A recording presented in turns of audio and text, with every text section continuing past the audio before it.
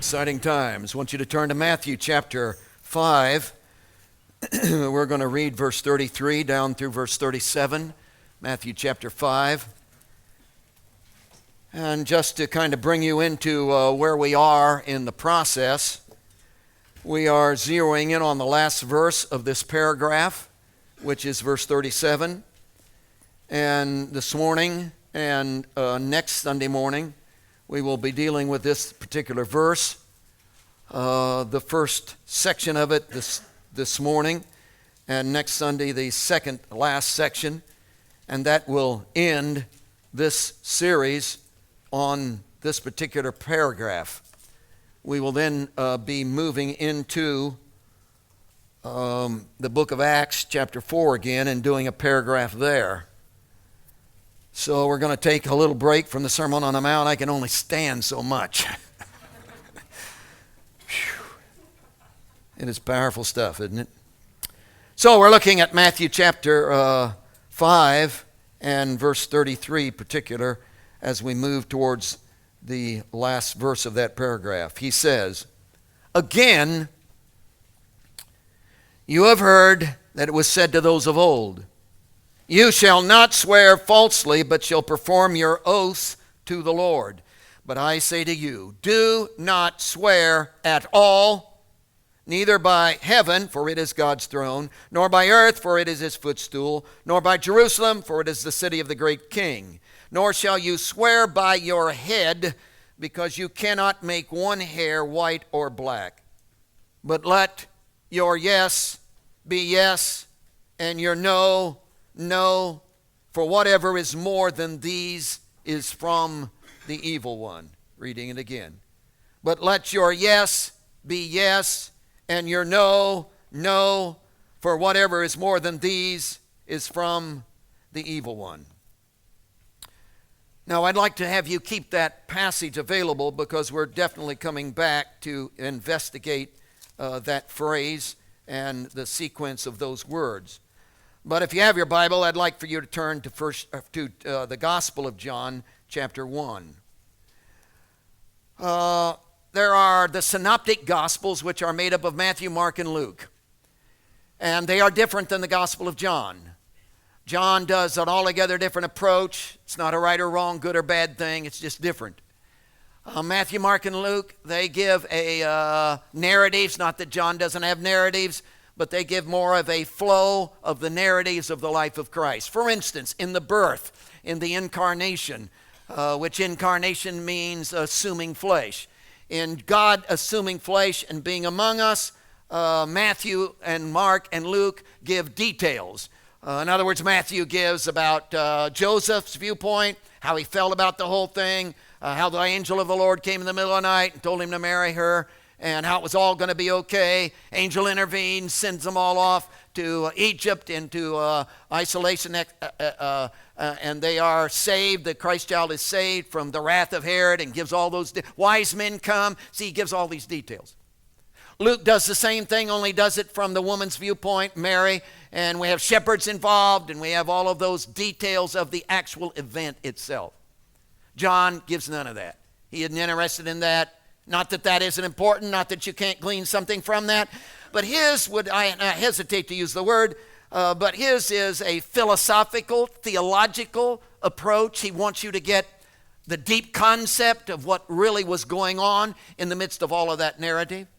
And of course, the deep concept, he says, is all wrapped up in this idea of word. And when he comes to describe the wonder of God becoming flesh and Christ becoming man, he brings you to John 1:14. And in that simple verse, he just wraps it all up and hands it to you. And he says, "The Word became flesh and dwelt among us. And we beheld his glory, the glory as the only begotten of the Father, full of grace and truth." So he presents you with this philosophical, theological reality in the mystery of the whole thing of the Word becoming flesh. Now, he doesn't leave you there because he, in the first 13 verses, gave you a build-up to the idea of the Word. In fact, he starts in the very first verse and uses the idea of Word 3 times. So he's beating you to death with it. He's just jamming it in your face. He doesn't want you to miss this as he talks about Christ becoming man. And in the first verse he says, in the beginning was the Word. And you say, in the beginning of what? And obviously he is referring to the beginning of who you are. In other words, in the beginning of creation, in the beginning of things, in the beginning of us, and what God dreamed for us, there was the Word. But don't misunderstand, the Word was with God. So there is this Trinity God, and this Word is with that God, that Trinity God. But don't misunderstand again, because that Word was God. And you say, well, how can he be with God and be God? Because there's this Trinity thing. So in the Trinity God, which is one God that is 3 persons, there is this Word thing, this Word individual who was with God and was in the beginning of all of this. The Word. He's labeling Jesus as the Word, which becomes really significant. In fact, as he moves from there, he begins to give content to exactly who and what this Word is all about. And as you look in John chapter 1, verse 2, you'll find out, verse 3, you'll find out he was the creator. So you've got the whole creation thing. So whatever's gone on in creation, this Word person was distinctly involved in that creation. Listen to this. He was in the beginning with God. All things were made through him, and without him, nothing was made that was made. And the word made is genomai, meaning coming into being. So nothing came into being that didn't come through and by the person called the Word. So he's giving you content to the Word. Now, if you're interested to know what the character is of this one called the Word, which really becomes important because then it becomes the character of everything he's created. Because what comes out of us comes from who we are, and so whoever he is in himself as the Word, that's going to spill out into his creation. So what is his character? And he moves us into that in verse 4 and says, in him was life. So you expect everything that spills out of him to have this vitality, this wonder, this evidence of life. And what is this life thing? He says in verse 4, in him was life, and the life was the light of men, the illumination. So this life that's contained in him is all wrapped up in this illumination, this revelation of his own character and life. So he is revealing. So you got this creation that's going. I'm talking to you about the content of this Word thing, this Word person. He's the creator of all that is, and in the creation there is this life and this revelation stuff taking place. Now, he says, this was distinctly confirmed. So the creation of everything that is spilled out of this Word person, and in the middle of that creation, there was just naturally this character spilling out, which is life and revelation. And this is all confirmed by this guy by the name of John the Baptist. Verse 6. This man, verse 7, came for a witness to bear witness of the light, that all through him might believe. He's not the light, but was sent to bear witness of that light and life, the revelation and the life that was revealed. That was the true light which gives light to every man coming into the world. So there is this confirming thing going on. So are you getting this? Content of the Word, this person called the Word. It's all about creation. Everything came into being through and by him. And in that creation, there was this character naturally taking place because it's who he is. It's spilled into life and revelation. And it's confirmed by the essence of John the Baptist, the forerunner to this whole process. And what was the purpose of all of this?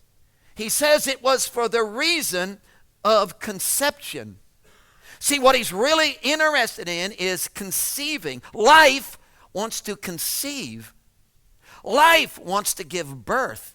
And so he gives this statement in verse 10 down through verse 13. Starts with the negative, ends up with the positive. He was in the world was made through him. The world did not know him. He came to his own did not receive him. But, I'm telling you, but as many as received him, just receive him. As many as received him, to them he gave the right to become the children of God. To those who believe in his name, who were born not of blood, nor of the will of flesh, nor of the will of man, but of God. So in the middle of this is this conception thing, which is the heart of the word. So you got this word person. Out of him came all of this creation stuff that has the character of his very being, which is life and revelation of all that he is, confirmed. We've seen it happen, and it's all for the purpose of giving birth in your life. And then he says, and the Word became flesh.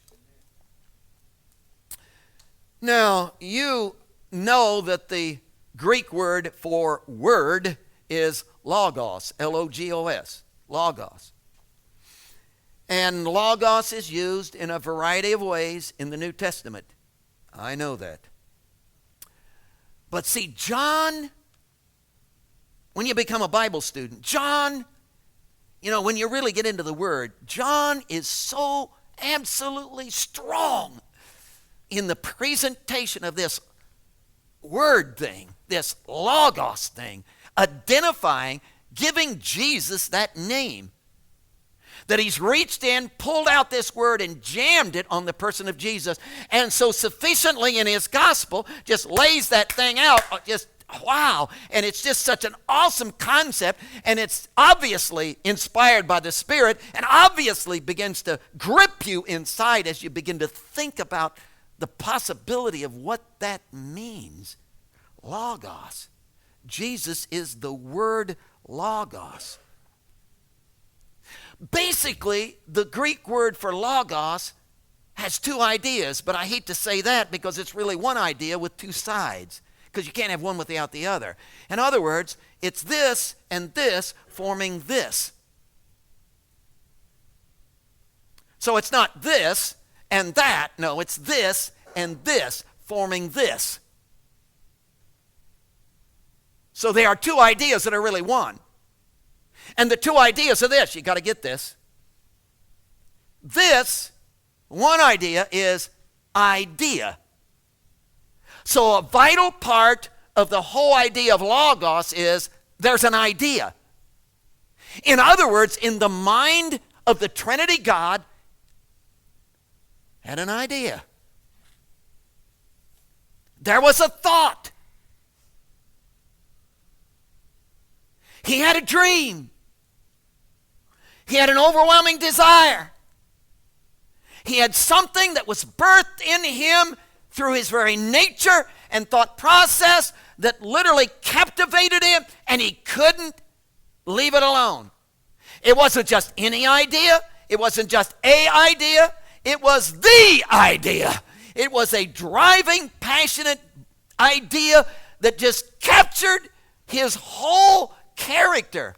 And it spilled out of his character. It was, when you look at him and say, oh, that's his idea. Should have known that. He would have thought of that. It was that kind of a deal. Because it just so fits who this Trinity God is. And he has this idea. Well, good for him. He's got an idea. But that idea couldn't remain in the head. That idea had to be expressed. So logos is not only the idea that's in the mind of God, but it's the expression of that idea. In other words, God had an idea. Oh, I didn't tell you what the idea was. You were his idea. Sons of God, you, idea. Humanity. He had this dream for you. He had this idea for you. He had this design. He could see it all in his mind. Just how you would be. Just what kind of person. Just the kind of essence of. Just the kind of character you would. He had this idea of how you would act, live, move, strength, power, love, joy, all the fruits of this, all the stuff. He had this idea in his head. And Jesus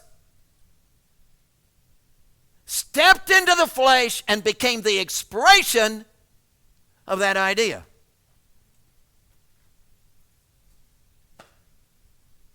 So if you want to know what God dreams for you, look at Jesus. If you want to know what he expects out of you, look at Jesus. If you want to know how you should be, look at Jesus. If you want to know what the intent of God is for your life, look at Jesus. Because Jesus is the idea in the mind of God and the expression of that very idea in our world. Come on, that's not hard. We were working on one of the houses over at Coles Ferry and found out, of course, we could see that the roof was sagging, and we knew we were going to have to do something about that eventually. Thought maybe we could just prop it up, do whatever. And it had a little apartment up in there on the second floor, and you could only stand in the apartment where you bump your head everywhere else. So it was just a small, really small apartment. So finally we got into the roof.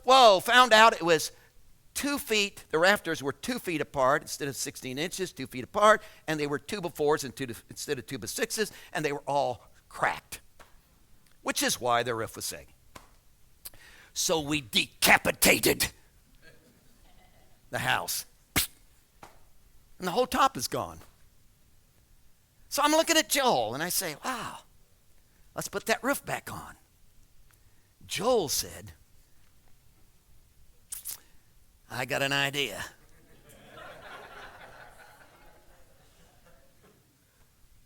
I said, well, tell me about it. Well, he said, and when he got done, I didn't understand a thing. I got an idea. I said, well, put it on paper. I got an idea. Aren't you going to draw? I got an idea. Trust me, it's all okay. Got an idea. Got an idea. I said, okay. We went down, got lumber, nails for the nail gun, and Joel took the idea. Well, it's just beautiful. And we have a large apartment on top with a whole new logos. The idea now expressed. See, that's not hard. You do that all the time. Come on. You have an idea. And you bring it into God. Trinity God had this idea, this phenomenal idea. And as he had this phenomenal idea, an intent, a design, he saw it in his mind. Explain it to me, God. Can't do it. Well, he tried to explain it to us. Even in an Old Testament. But all we looked at, brother. Jesus, the Logos, the idea in the mind of God, stepped into our flesh and became the expression of that idea. Now, I know that Logos, the Greek word logos, is used in a variety of ways throughout the New Testament. I know that. But, as a Bible student, somebody who gets into the Word, John so forcibly takes this logos thing and attaches it to Jesus.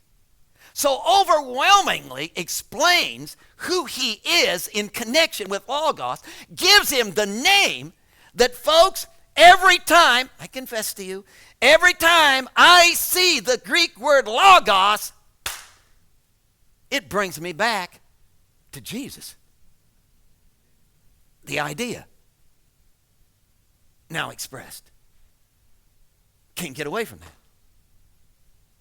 in biblical context. Now, go back to Matthew chapter 5. You're saying, well, whoopee for you. What of it? How does that apply to our passage? Oh, go to chapter 5, verse 37. Jesus says, but let your yes be yes, and your no be no. Now, that's all fine, except in my translation, there are two Greek words that are not translated. Now, you may have a translation that translates them. Good for you. You're better than I. But they left them out. Why did they leave them out? For the flow of English, I suppose. It doesn't really change anything, but it does for me. And I want to give you what the Greek words are. The first word in verse 37 in the Greek is translated let be. Esto. Let be. It's the first word. So, we got that. De, which is the second Greek word, which is but, which is the contrasting conjunction.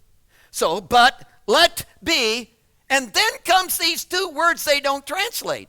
The, ho, and logos, word. So if you were to read this the way, however, let the word let the your word be yes, yes, and no, no. Logos. So what is Jesus saying in the passage? He's not saying to you, keep your word. When you make a promise, keep it. I propose to you that what he's saying to you is, you are the Logos for your world. And whatever you are in here, idea, had better match what you are out here, expression.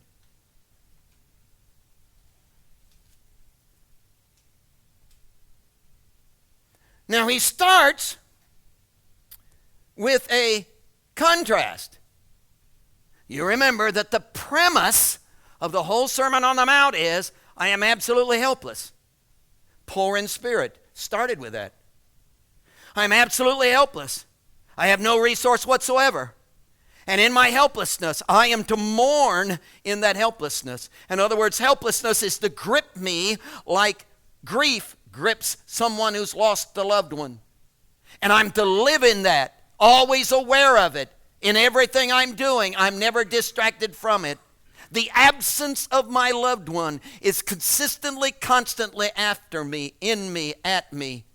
I'm to live in my helplessness, never stepping out of that. Always aware I'm not adequate. Always aware I can't pull this off. Never get cocky. Never step into, I can handle this. Never. Why? Because I'm absolutely helpless. And if I will let that helplessness live in that helplessness, that opens the door for his overwhelming resource and power and of his person to come and merge with me. And in that merger, my helplessness, his resource, I don't become God. We were not proposing that. We've never proposed that. How could you possibly ever think you could even be God when you're totally helpless and embracing your helplessness? God becomes God in you, and in that merger of who you are, the kingdom is formed. That is the kingdom. The kingdom is relational.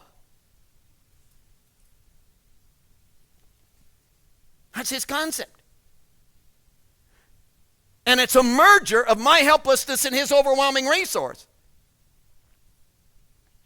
So that means it's not none of me and all of him, because if it was none of me and all of him, there wouldn't be a kingdom.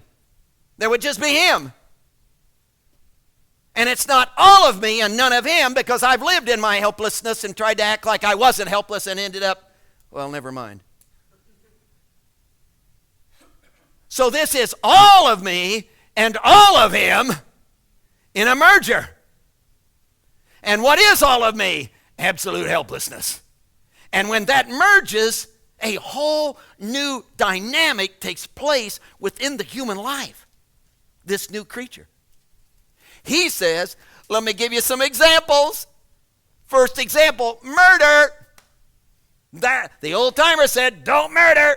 I got all this anger, all this upset, all of this emotion. What am I supposed to do with it? Put a lid on it. Get it under control. What's the line you don't cross? Don't kill people. Hate their guts, but don't kill them. Jesus says, I want to do something better than that in the merger. I'm going to talk to you about anger. I'm going to talk to you about demeaning, belittling. How does that fit into this? Oh, you see, the old timer wanted to take what was all the emotion, all the hatred, all the bitterness, all of that, and he wanted to put a lid on it, and just don't cross that line and you'll be okay. Jesus says, don't you know what you're doing? You're not being the Logos. Because you're one way in here and another way out here. Well, I don't kill people. I know. But inside you kill them.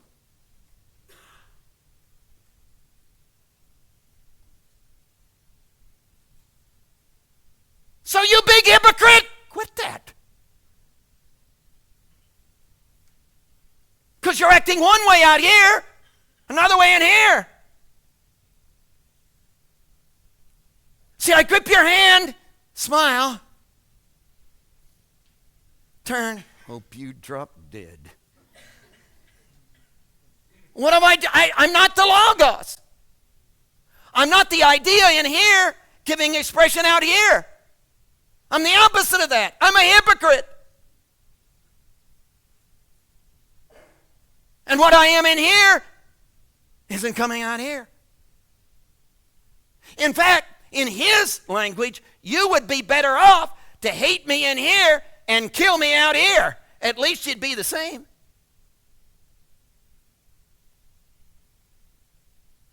At least you'd be honest. Well, you can't go around killing people. I know. So we put a lid on it. But he says the possibility I want to call you into, come on, don't look like that.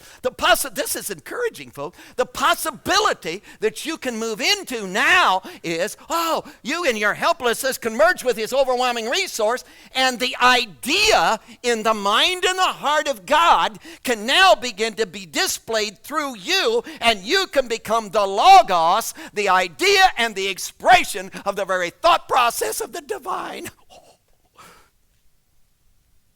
Where who he is, which is what you are to be in here, you now become out here.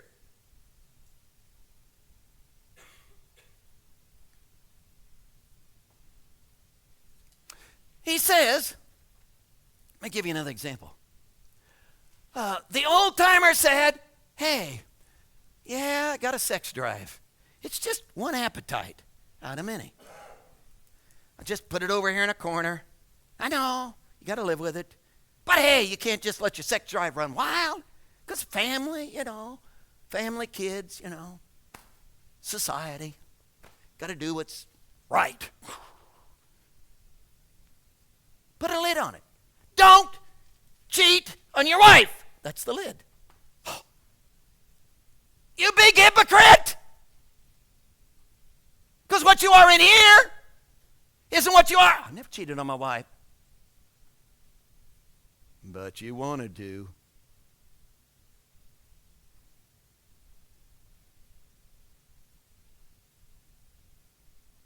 You're not the Logos.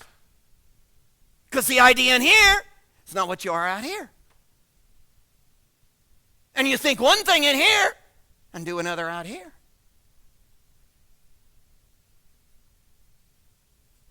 And if you want to be happy with that, you should have been born 2,000 years ago in the Old Testament.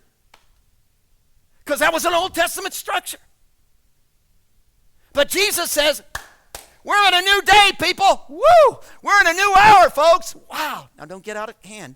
Whoa, praise the Lord. Do you know what's going on in our lives? We have literally entered into a new covenant. My helplessness has been filled with His overwhelming resource. The Logos of the mind of God, the idea in the mind of God has stepped out and has become real, and we have seen what we are to be. And the possibility of being that too is mind-boggling for us, that we can literally step into that as well, and that this first Logos went to a cross and produced the ability for me to be the second Logos and you the third and the fourth and the fifth and the sixth. And here we are, the very Logos of the mind of God. We are the idea that God dreamed of. Because what we are in here now, in our helplessness filled with His overwhelming resource, merged. Oh, He comes. And it's demonstrated in our lives.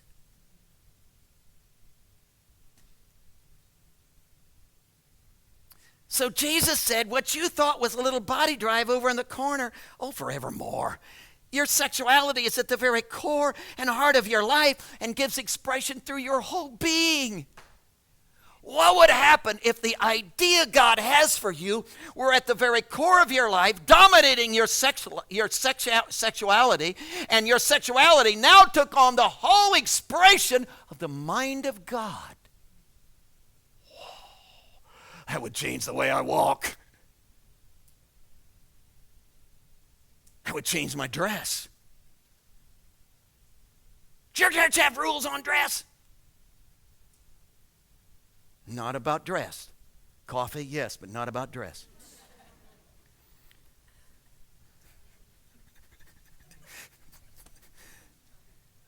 I can see the guilt. So, what I am in here begins to demonstrate itself out here. So this is not about a bunch of rules. And my sexuality would take on the mind of Christ, and of my expression of my being, my masculinity.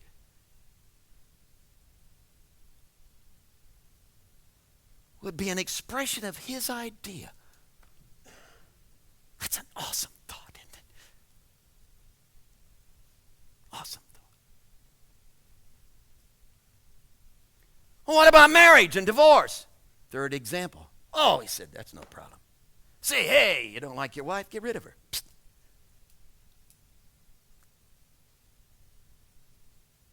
In fact, a guy came up to me yesterday and said, in Jesus' day, here's how easy it was. You came up to your wife, looked her in the eye and said, I divorce you. I divorce you. I divorce you. I divorce you. Goodbye. That was it. That was it. That was the procedure. That was it. Wow. He said, would you consider what you're causing in your wife?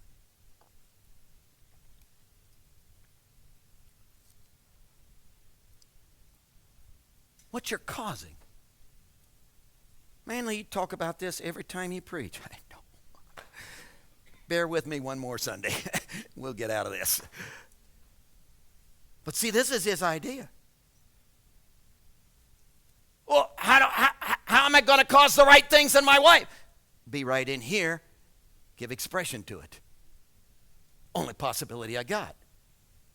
Because I can't be the husband I ought to be. Why? I'm helpless. There's no way to always be, oh, brother. Well, nobody's perfect. I know. I'm doing the best I can.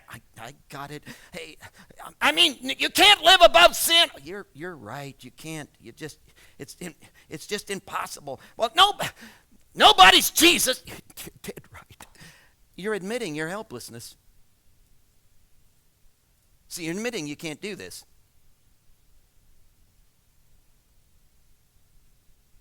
Oh, I'm a Christian, I'm just not a very good one. You're admitting your helplessness.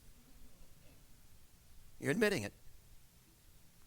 So what would happen if you'd embrace that helplessness? And let Him fill you? And you would become the Logos? And He inside of you would begin to push your wife, push your husband towards godliness, righteousness?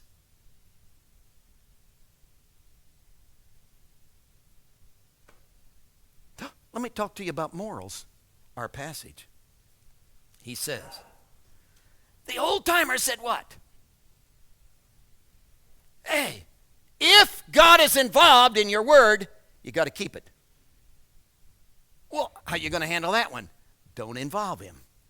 Thus, I swear by heaven. It's a little less than God, so I got more wiggle room. I swear by earth, which is less than heaven and less than God. So I got more wiggle room. I swear by Jerusalem, which is just a city on the planet. I got more wiggle room. I swear by my head, which doesn't have anything in it, so I got a lot of wiggle room. Woo!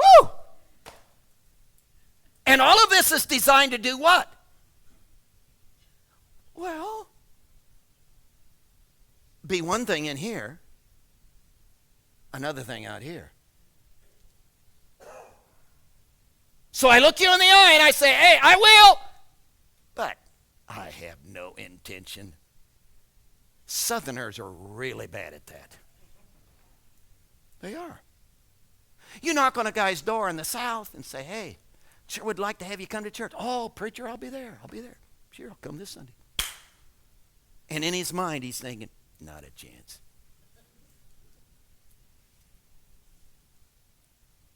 Up north, you knock on a guy's door, come to church. No, not a chance, preacher.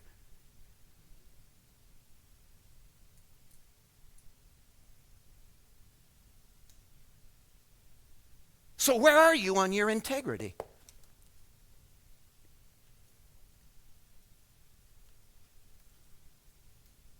Jesus says it's absolutely essential. If you're going to be the Logos, the idea in the mind of God. Now what you are out here is an expression of what you are in here.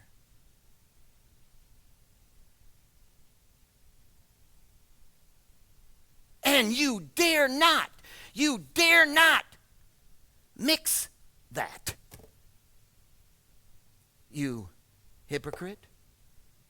So this is not about a rule. Be honest in your business. This is not about, well, when you keep your promise, you got to, when you make a promise, you got to keep it. This is not about that. This is about you. This is not about a rule. In fact, the word let be is in the imperative, which makes it a command. But even then, it isn't a command like 10 commandments. It's not that. It's that every aspect of my life is to be a representative of what I am in here. And what you are in here must be expressed in what you do out there.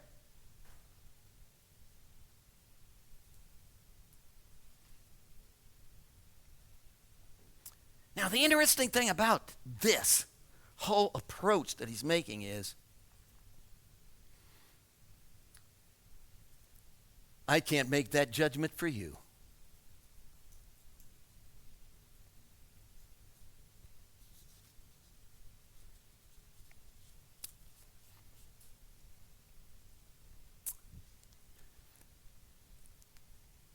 And I have seen some folks who are so used to being one thing in here, another thing out here, that they have deceived themselves and can't see that.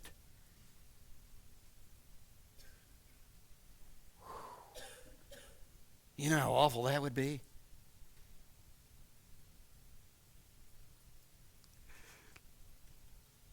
But you've come to the wrong place. Because this is a place where God moves and pushes back demonic forces and gives us moments when he who is life gives light. And we see.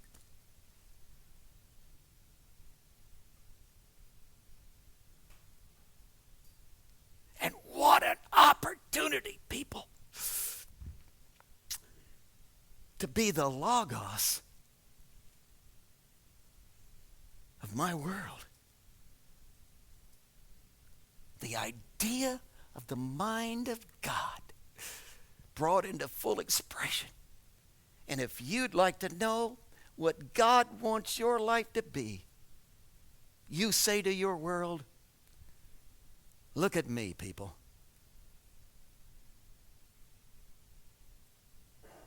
Because in my helplessness and in his resource, what I am in here is now demonstrated out here.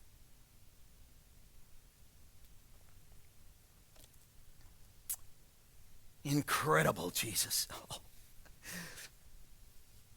That you would pull me into what you are. You, the Logos.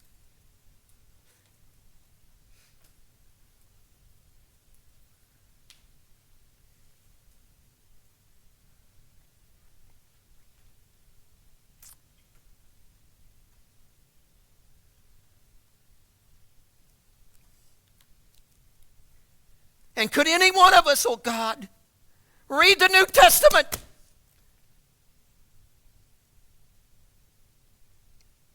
without seeing the multitudes of times that you looked at the Pharisees and the religious people of their hour and cried, oh my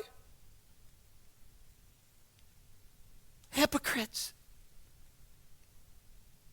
whitewashed sepulchres, cups that are washed on the outside.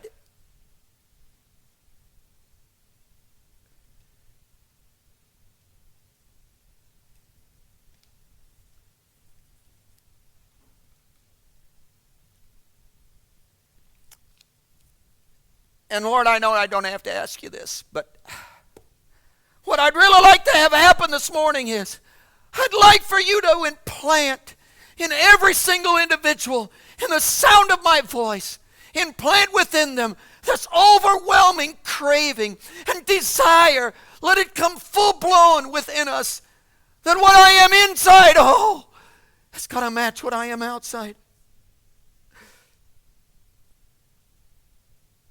And I talk about you are love, and I hate in here. And I talk about you forgive sins and everyone's, but I won't forgive. And I talk about you are purity and holy, and I am not pure. I'm not holy. And I mouth all this stuff outside, God.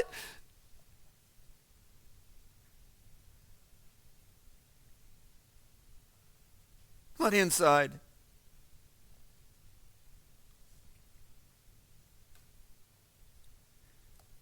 and I think if you would give an overwhelming desire within me to be the Logos, that would have to change. I couldn't stand it. I couldn't stand the contradiction of that in my life.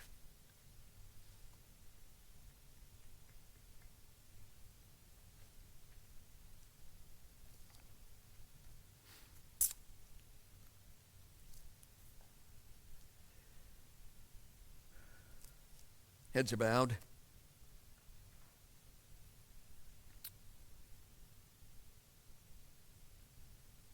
Idea in the mind of God. His dream for you. Whew.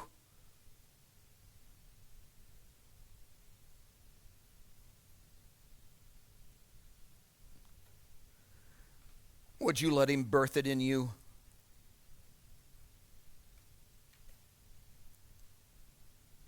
This is not a call to try harder.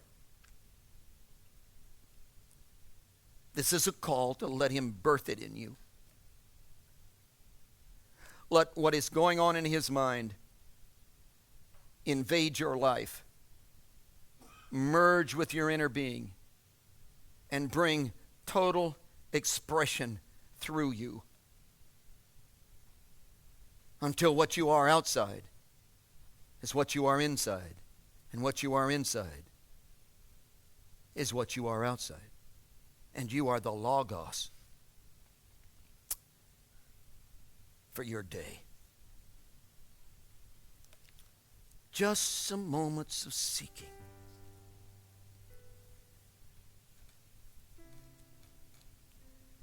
Are you available?